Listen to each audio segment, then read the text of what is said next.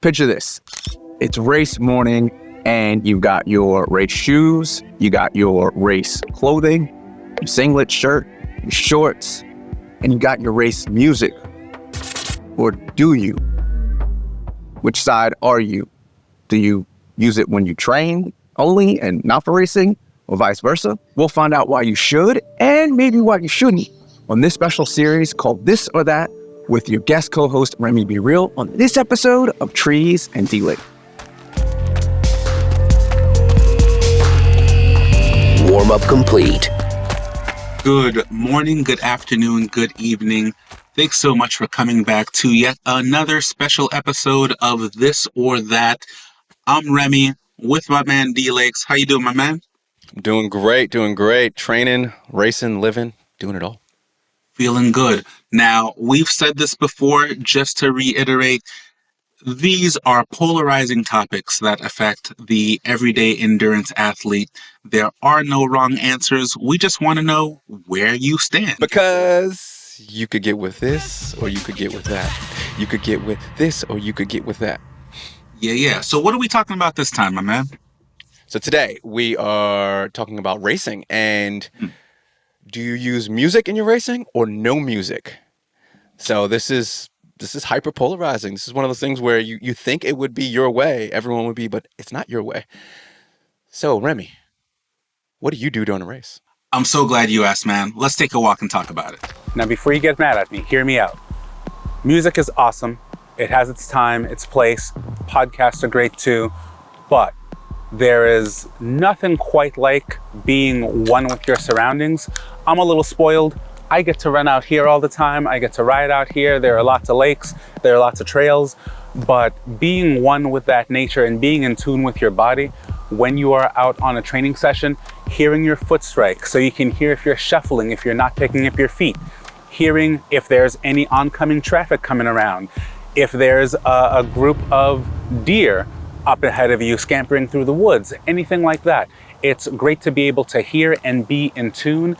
And chances are in some of these big races, music wouldn't be allowed anyway, right? So yes, in some races you can wear your headphones, but a lot of events are saying for your own safety, you should be able to hear the marshals.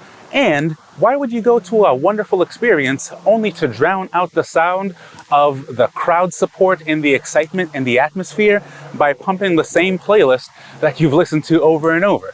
Nah, I'd rather be one with the scenario, be with the environment, and really soak it all in. That's why I choose to train without music, without headphones at all. But that's me. What about you, Darren? All right, as I said before, it helps me with my cadence. And that is the reason why I use it.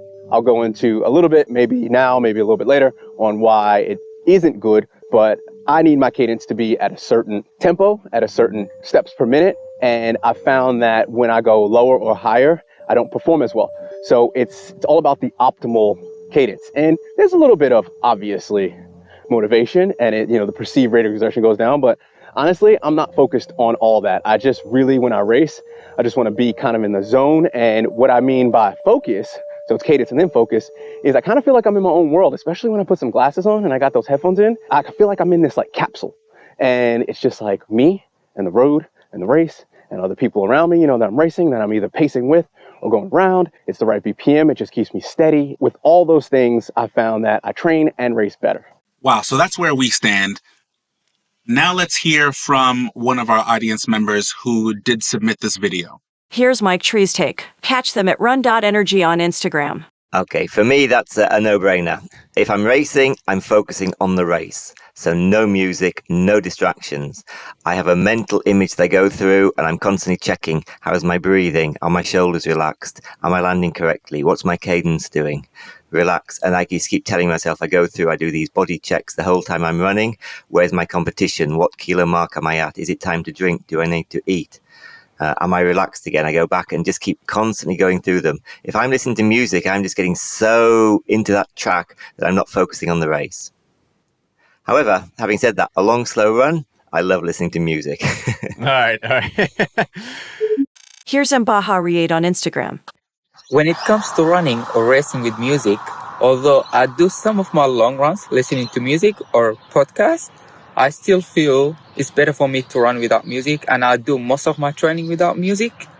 It's just to feel my surrounding, feel my form, and feel what I'm doing. It's just much better for me to make sense of my running without music.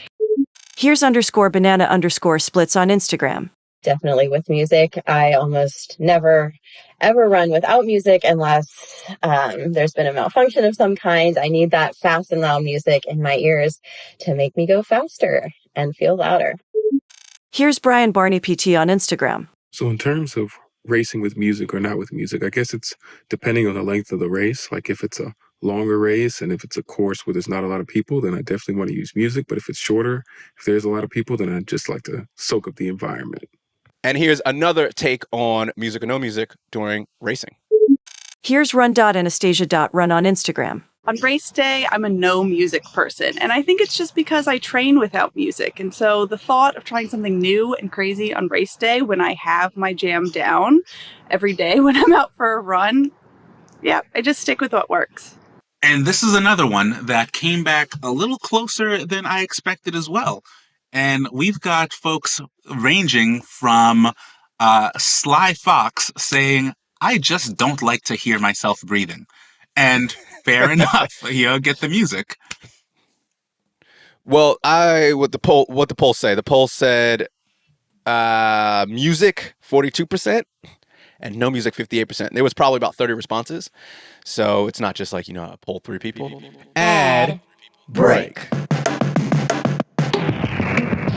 Right now is the part where I go, hey, if you're feeling this, make sure you like, subscribe, rate this, share it out with your friends about how amazing this is, right? All right, while you should go out and do that anyway, how about I actually give you something that will help you? Is the running, health, fitness, and endurance sport internet too much sometimes? Too much conflicting content on how to train right?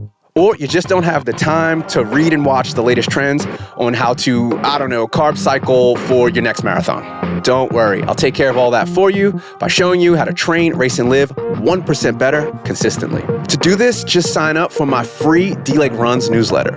I figure out this whole 1% better thing so you don't have to by scouring the endurance sports internet's deepest and darkest corners. Go to DLakeCreates/news, spelled the normal way, NEWS, to be inspired and motivated on the regular.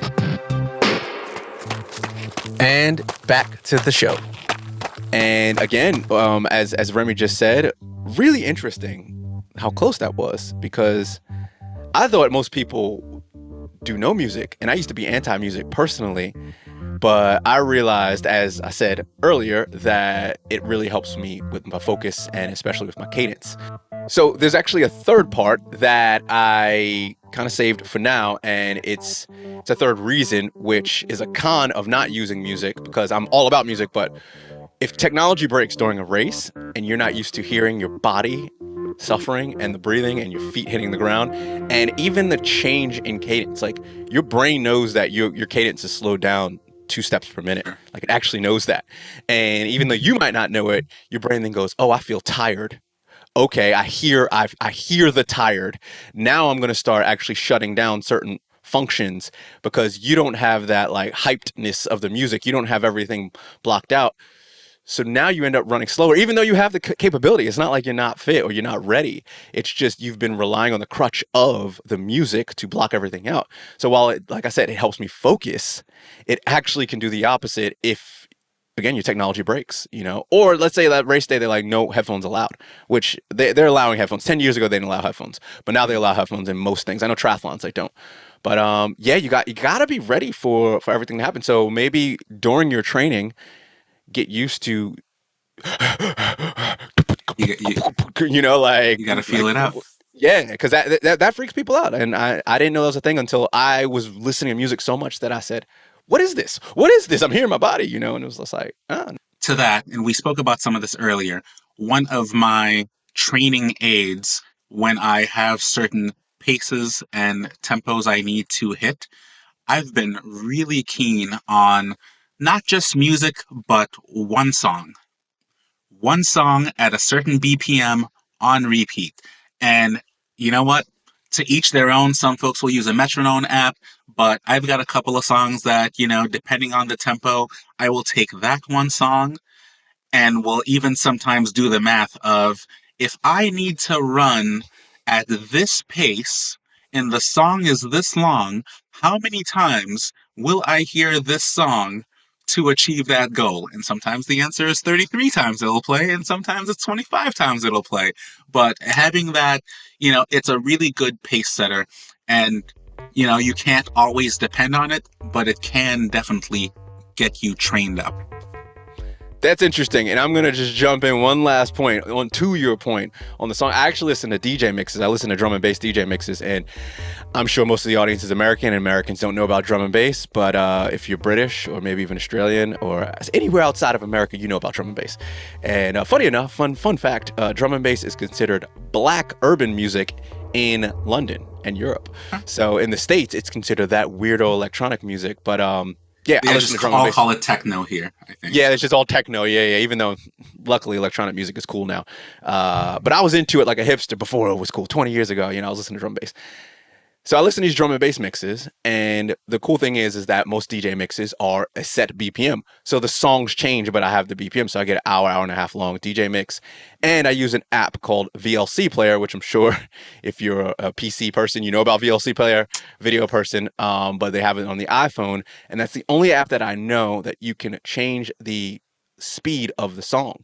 So I use it for when I'm listening to podcasts and I need to just listen to it really quick. 2x. But then I realized, this drum and bass mix is 175 BPMs. Well, during this type of race, I like to be at 180 BPMs. So I then do the slider to 1.03, so it's 3% faster or 1.02 faster, depending on the mix.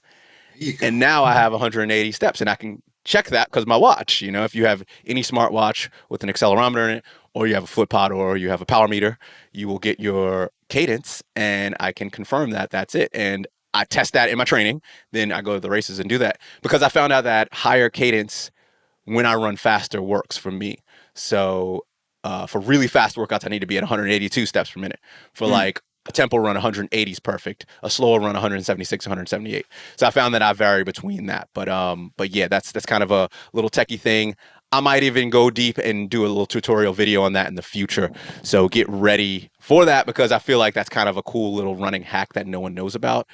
But you have to listen to DJ mixes, that are drum and bass, because house mixes, they're not 180 BPMs. That's also the beauty of drum and bass, because drum and bass is basically 2x hip hop. Drum and bass has a very deep connection to hip hop. So a lot of hip hop music is between 80 and 100 BPMs. Times 2, you get 190, 180 BPMs, etc. So 160 to 200.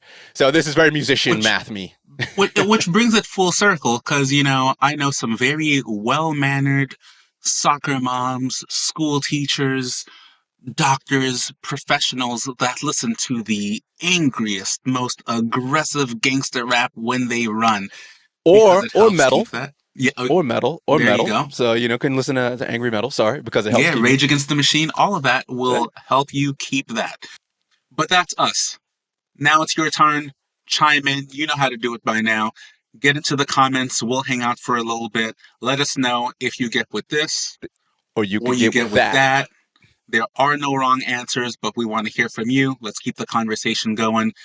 If you've enjoyed this one, give us a like. Don't forget to subscribe. And be sure to check out the previous video right here, where we talked about training by time or by distance. Till next time, y'all, it's been real. Peace.